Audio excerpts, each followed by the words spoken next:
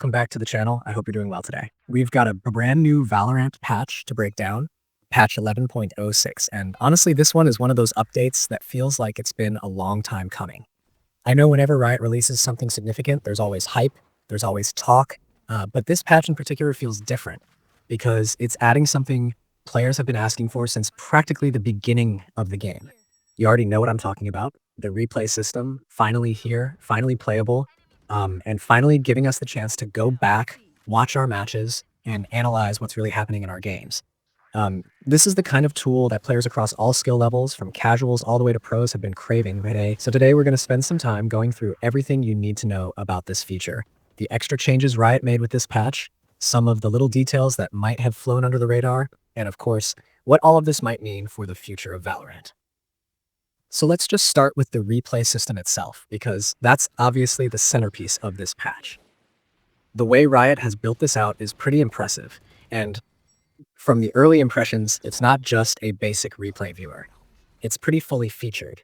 You can watch a game back from the perspective of any player in first person, which is perfect for analyzing not only your own plays, but also seeing what your teammates or even the opponents were doing at specific moments. It also comes with a free camera observer mode, so if you want to float around the map and get a wide perspective on how rounds developed, you can do that too. This is huge for people who want to understand map control, rotations, and team positioning. And on top of that, Riot has layered in a timeline system that shows you important events like kills, deaths, ultimate usage, and other significant moments, so you can quickly jump to the action without having to fast forward endlessly. That's something even pro broadcast observers would appreciate. Now, one of the coolest aspects of this replay tool is the control it gives you. You can pause, fast forward, slow things down, skip entire rounds, and jump to whatever section you want. That means you don't have to watch an entire 40-minute game if you only care about the one eco round where you threw a 3v1 or the one clutch you want to relive from 3 different angles. It's a very flexible system. Riot even thought ahead about how this could help coaches and analysts at higher levels. Being able to instantly skip to utility usage, team executes, or post-plant setups is the kind of detail that can really change how teams study the game.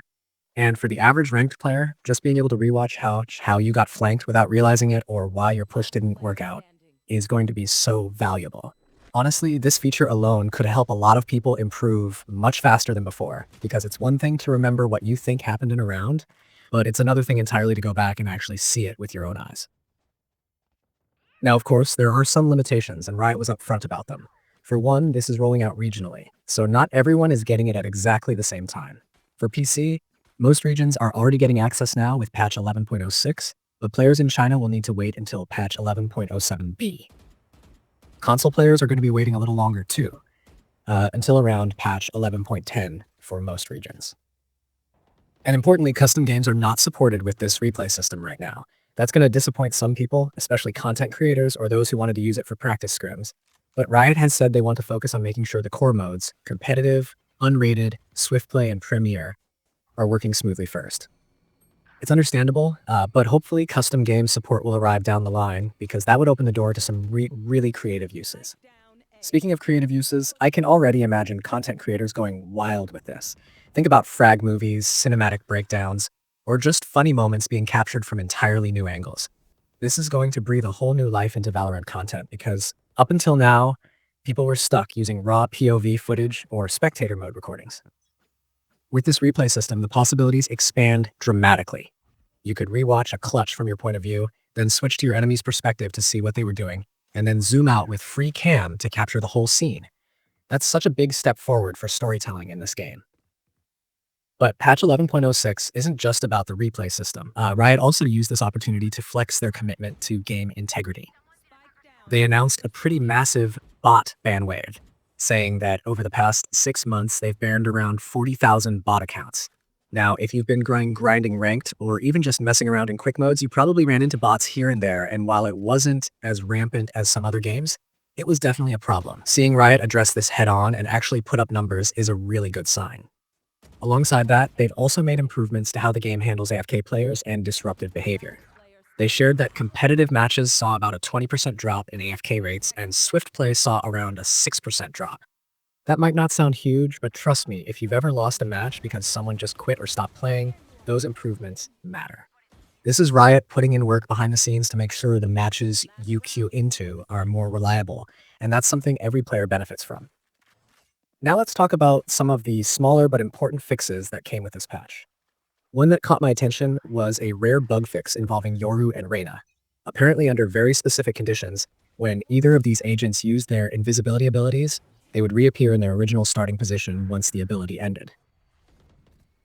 Imagine how broken that could be in a clutch or during a fake play. Riot fixed it, which is great because bugs like that can really ruin the competitive integrity of a match. On consoles, they also fixed the way new player tips were displayed. Not a game-breaking issue, but still a nice little quality of life fix for people who are just getting into the game on PlayStation or Xbox. Another interesting change on PC was the removal of the raw input buffer setting. Riot basically said this feature is always enabled now because it improves performance. That means you no longer have to manually toggle it on in your settings. It's just baked into the game. For most people, that's not something you'll notice immediately, but it's one less setting to worry about, and it ensures that everyone is benefiting from the same optimized input system. This kind of under-the-hood tweak might not get people hyped, but in the long run, it helps keep the game feeling smooth and consistent.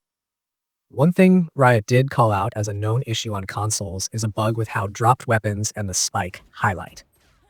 Right now, they highlight incorrectly even when players are just nearby rather than when they're directly looking at them. It's not the end of the world, but it can cause some confusion. So Riot said this is scheduled to be fixed in patch 11.07. It's good to see them acknowledging these things right away so console players know what's coming. Now, when you put all of this together, patch 11.06 is one of those updates that feels like it's not trying to shake up the meta with big agent balance changes or new maps, but instead it's focused on infrastructure.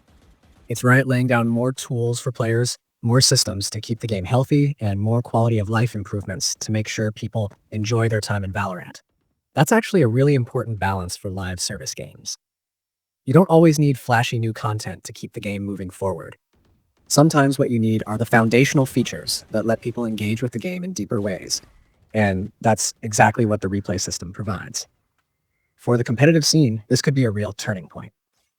Pro players and coaches now have an official built-in way to study matches without relying on third-party tools or just rewatching streams. That's going to make preparation and analysis way more effective. Teams can literally go back, see how their executes failed or how opponents set up their defenses, and plan counters with actual evidence. For aspiring players, this means they can start approaching their ranked matches more like pros do, breaking down mistakes and learning from them instead of just guessing what went wrong. If you're serious about climbing the ladder, this replay system could be the single best tool Riot has ever added for helping you get better. I also think this is going to spark some new conversations in the community about strategy. Imagine being able to clip a replay and share it with friends or post it online to discuss.